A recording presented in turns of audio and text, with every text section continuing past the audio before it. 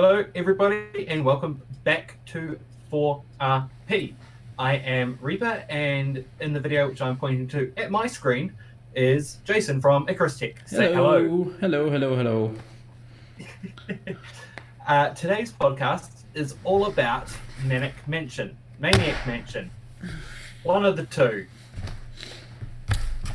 This guy, which is backwards in the screen. That one. I'm too lazy to flip it. But Maniac Mansion. This is, well, you played not the NES version, but like a remake? Which... Yeah, it was Maniac Mansion Deluxe. Yeah, it was like, I think it was a fan game after I sent it to you and after you played it. I'm just like, it didn't look right, and it was much better graphics and much better... I won't say much better sound, but much more high fidelity sound. I don't like that music, to be honest, but, you know, it happens, whatever. Yeah, no, it was good. I was enjoying it. Well, I say I was enjoying it. It was... I enjoyed watching it because I think you perfectly encapsulated the way I felt playing it for the first time as like a 4-year-old. Oh, God, you played that as a 4-year-old. Yeah, I'm pretty sure this was one of the original games I got with my NES in like 1990. So I would have been 3 or 4. Oh, wow. I am an ancient man. Wow, yeah. That's crazy, because the original of that came out 1985, 1987. I'm just looking that up now. Apologies for sticking my taskbar on top of people. Maniac Mansion was 1987. 87, okay, cool. I remember I googled it before I played it. But, yeah. It was... Interesting. Yes, as people probably see in the video. I broke. I broke multiple times. I will say I was actually impressed as someone who has, like, when I was 25, I finished it for the first time and I had to cheat. I had to get a walkthrough. That's how I had to finish it for the first time, because it is a really stupid game with some of the shit you have to do. Like these point and click adventure games, they are basically throwing shit at the wall and seeing what sticks. You literally combine everything with everything else until something happens. Yeah, I was doing that. I think there was one point where I dropped some sort of solvent or dissolved liquid stuff. Developer, that's it. Grabbed it, tried to grab it off the top shelf, and it fell onto the floor. I'm like, okay, what can I throw at this? So I think I even threw the chainsaw at it at one point.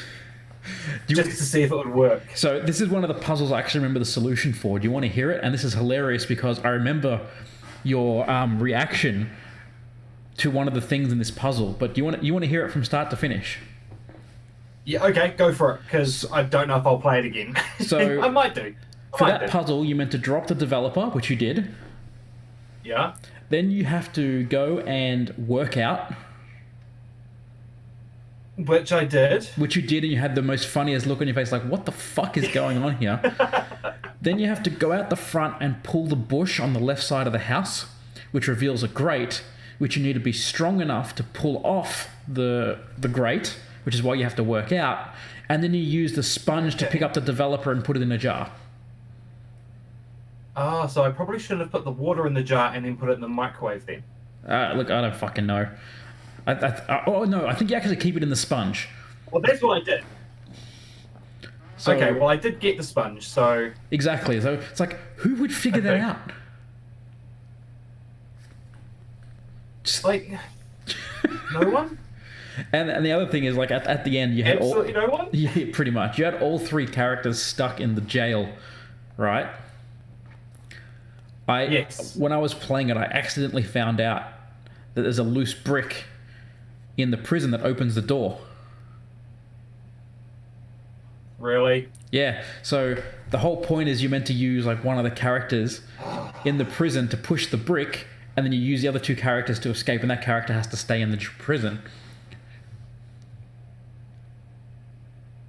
So you always want at least one person stuck in the prison? Well, no, because I think if you can avoid it, you don't want anyone stuck in there. But if one person, or if 2 people are stuck in there, you can always get one of them out. Because you're meant to use the multiple players to, like, ring the front doorbell and get the person to come out of his room, and then you go into his room and check his shit and stuff like that.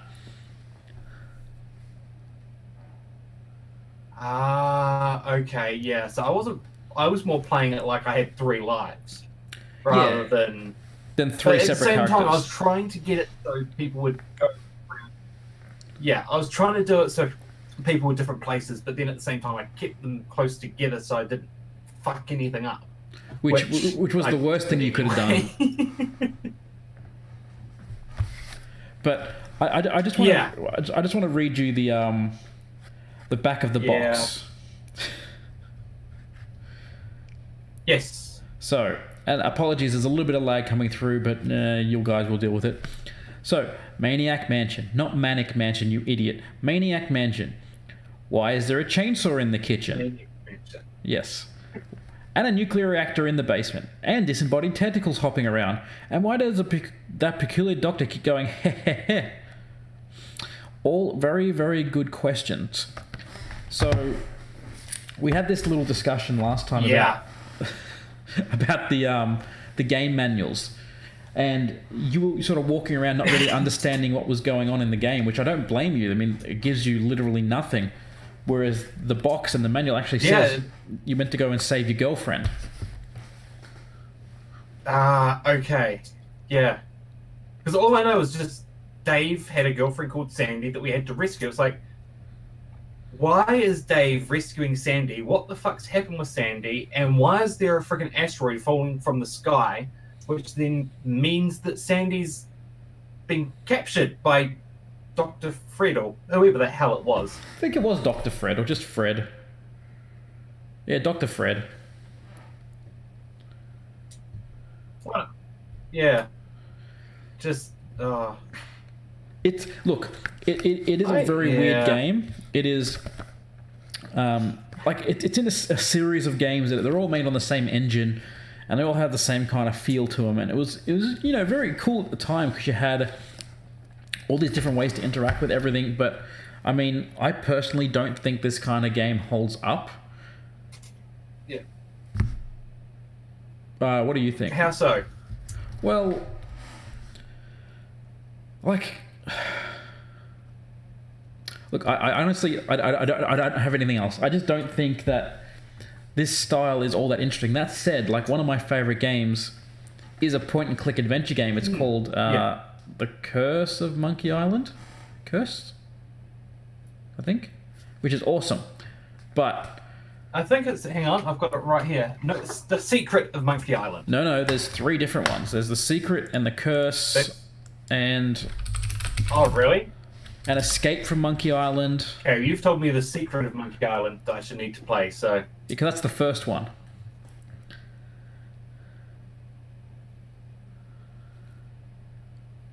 Oh, okay. Alright, I'm going to kill the recording. Alright, apologies for that. We're having some lag issues, so we're just trying to sort that out. So hopefully it's a bit better now. Yeah. For once, it's not user error. Well, I mean, it is user error because the user has shit internet, so, I mean... Just, can you just give me one? Just once. No. Fine. So, yeah. Throw a tantrum. Like, as much as I say they don't hold up, I don't think they're not fun. Like, I still love The Curse of Monkey Island, but... Yeah. Like, people don't make these kinds of games anymore because people don't enjoy them. But back then it was what you could do. It was, kind of like a Resident Evil 1, 2, and 3 were products of their time. They had the static background, which looked really nice, but you don't do it now because you can do so much better. Okay. But that's just one idiot's opinion. I have nothing against the games. They're just not my thing. Yeah. Like, as I said in the video, I quite enjoy escape rooms, but I don't like point-and-click games very much. Even though I know an escape room is a point-and-click game, it's just there's a bit more to it. See, that's the thing that really annoyed me. And just let me finish this part. When I was watching your playthrough, it's like, this is like an escape room. This is like an escape room. This is like an escape room. And you first said it, I'm like, the fuck is wrong with you? How is this like an escape room?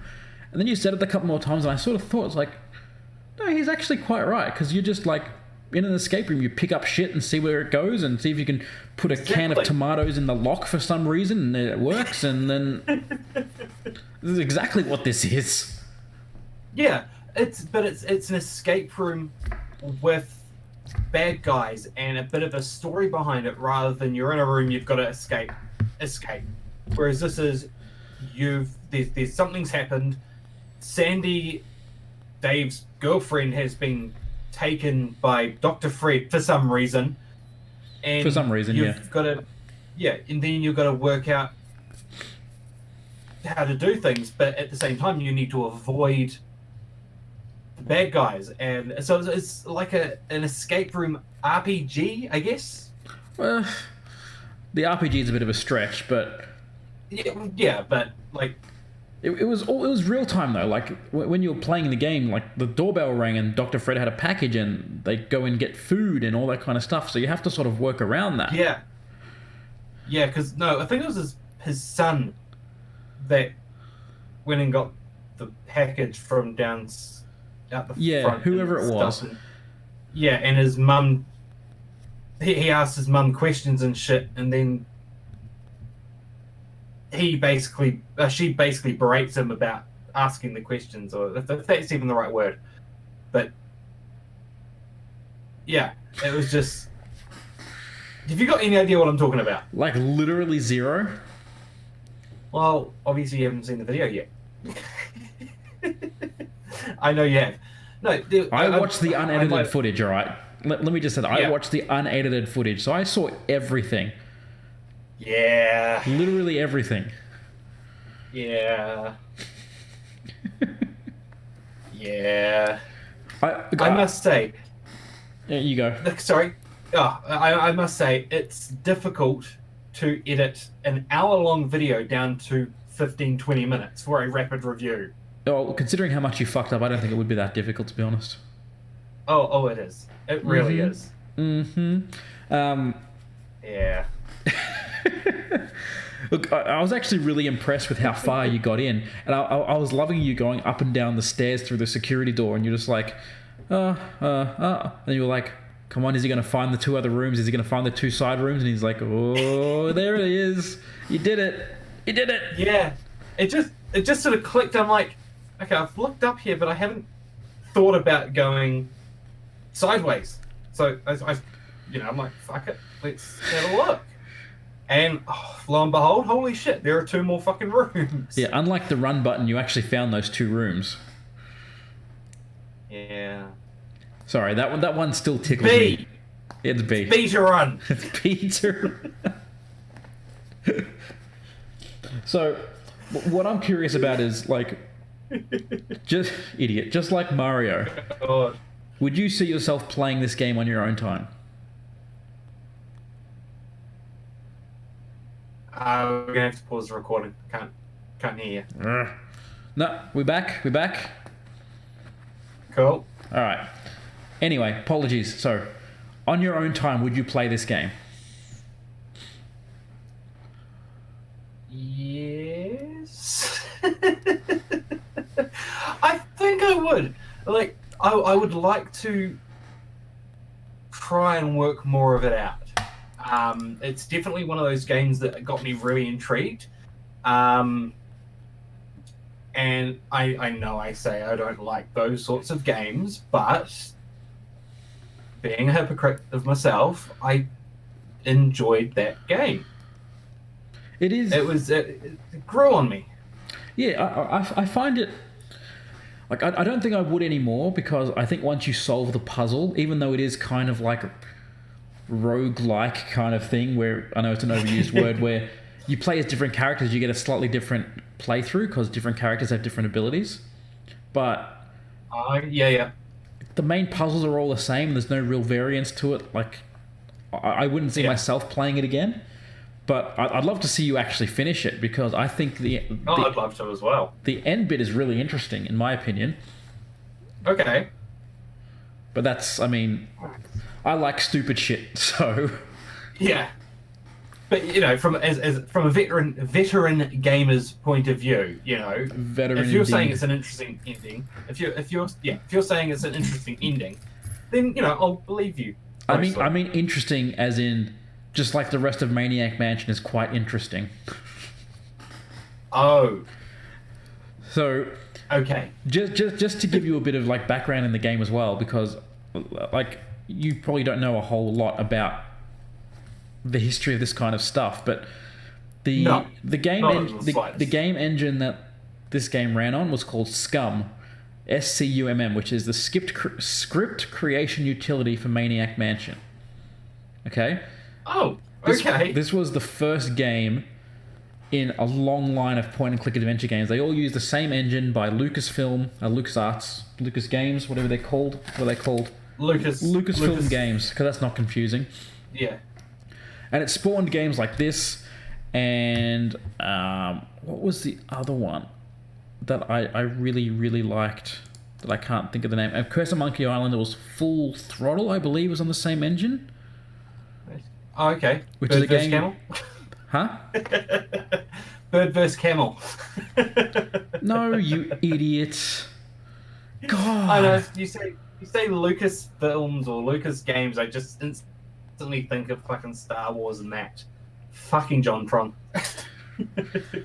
Yeah, and it was Grim Fandango was out on this, Sam and Max, Curse of Monkey Island, a bunch of other shit, like really, really awesome games, and they're all running on the same engine they built specifically for good old Maniac Mansion. So while it might not have been the best game, it was definitely the first. Ah, okay, that's pretty cool. Knowing that that's a first for like something from a game engine, like, it's pretty cool. I'm trying to find full list of Scum games. It won't tell me. Full list of Scum games. Oh, yeah, Full Throttle, Indiana Jones. And okay. Last, good lord. Excuse me. Apparently it's 234 games. 234 on one freaking engine. Apparently Leisure Shoot Larry, King's Quest. Apparently used it. That doesn't seem right. I'm not understanding half of these names you're saying. Yeah, these are all games that came out, more around my time, which I guess is kind of your time as well. But we're a year apart. We're 2 years apart. Okay, we're a year and a half apart. Yeah, but like as we've mentioned, like this is not really your thing. You haven't done a whole lot of gaming, whereas. No, well, I gaming is my thing. I enjoy gaming, but I haven't had the chance to do it over the years. So exactly, I'm now, in my later 20s. Not later years, my later 20s. Definitely your later years. Definitely your later years. I've decided that, I'm going to pick it up and start doing shit. And I'm really happy about it, just so I can sort of watch on in horror, like a train wreck. It's like, he never learned how to run. Oh, why didn't he learn how to run? Yeah. I can imagine you, like, I think I put Metal Gear Solid as one of the games I should suggest you play. Yes, that's on the top of the list. I need to try and acquire that one. I have to. And you've got it, so I can probably. Yeah, I have to lend you a bunch of shit, but I'm just imagining like the first bit. If you make it into the warehouse thing within the first like hour, I'll be actually like ecstatic, and I think it'll be hilarious because you're going to get caught a lot because it's a stealth game, and it's just going to be so funny to me because like I can finish the game in like 2 hours, which isn't. Or 2 or 3 hours. Okay. But it's not fast, but it's quick. And it's just like, you're going to be there like, do-do-do-do-do, I got caught. Do-do-do-do-do, I got shot. Do-do-do-do-do, I got caught. Yeah, no, I must say, I'm fairly well accustomed to the sound of being caught in Metal Gear Solid. I've got an old friend that had a couple of different Metal Gear Solid ringtones and stuff like that on his phone. Every text that was received, that was a you've been noticed alert, and it got annoying. My It got extremely annoying. my message ringtone for a while was a parody of Metal Gear Solid called Metal Gear Awesome by Ego Raptor. You've played that for me at some point. And it was just I guess I have to use the cigarettes I hid in my stomach line. That was my message tone, and it made me laugh literally every time I got a text message, and it was hilarious. Yeah, and in the process of you being humoured every time that you got a message, how many people did you piss off? Every one of them. Okay, cool. Alright. Well, I guess, for your humour, pissing a few people off, well, everybody around you off, fair compromise. Yeah, fuck them. But I guess that one is another one I'm looking forward to, and Resident Evil I'm really looking forward to see how you go with that, because that's another game that's sort of try everything to see what works, but more horror-y. Resident Evil is definitely one I'd love to play, mainly because it is horror-y, although it's an older version of horror, whereas the more recent Resident Evils that have come out are more in your face, terrifying. I had to take the VR headset off at one point when I was watching the trailer for it. Yeah, that's not surprising at all. Resident Evil 7 was much more like psychological, I think, or jump scary even as well. It had more jump scares. That was the first one on VR? That was the one that came out, like last year. Yeah, no, that one's jump scares. Yeah. It's okay, well, the trailer was jump scares. Whereas like Resident Evil 1 through like 4 are horror, but they're survival horror. They're all about inventory management and killing zombies and solving puzzles, where Resident Evil 7 was more that, but also it actually is going to scare the shit out of you. Okay, cool. Yeah, no, there's actually a couple of Amnesia is definitely one that I need to play. No, because I am not going to watch that. I did start playing Curse of Pig. Machine for Pigs. Machine for Pigs, yeah. Wasn't too bad, but I played it early in the morning, so I was fine by the evening. I only played it for about half an hour, and then I'm just like, just going to give this a go. Just going to stop this. And I haven't gone back to it. That was about 2 months ago. You will never catch me playing that. I played through PT twice, and I still have fucking nightmares about that. I should get you to play PT. That'd be so fun. Okay, what's PT? PT was the playable trailer for the new Silent Hill game that never came out.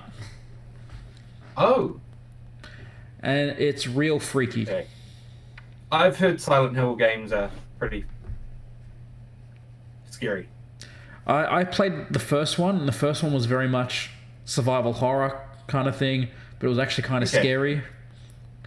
But like the puzzles were way over the top. Like you could miss a puzzle 2 hours into the game, and then 10 hours into the game, you're like, oh, I didn't do that puzzle. Now I'm fucked. I can't go back to fix it. So it's just I have to start again. Oh. You should play Silent Hill. Okay. As we're speaking, we'll write that down right now. Silent. Because the first half hour is real good. You'll like that, I think. Okay, and then I'll start hating it. Well, if you happen to get caught in the whole puzzle loop thing, you'd be pretty pissed, I think. Okay. Yeah, I'm not good with puzzles. No, me neither. That's why I hate them. Maniac Mansion. Yeah, as you just saw in the previous game. Yeah.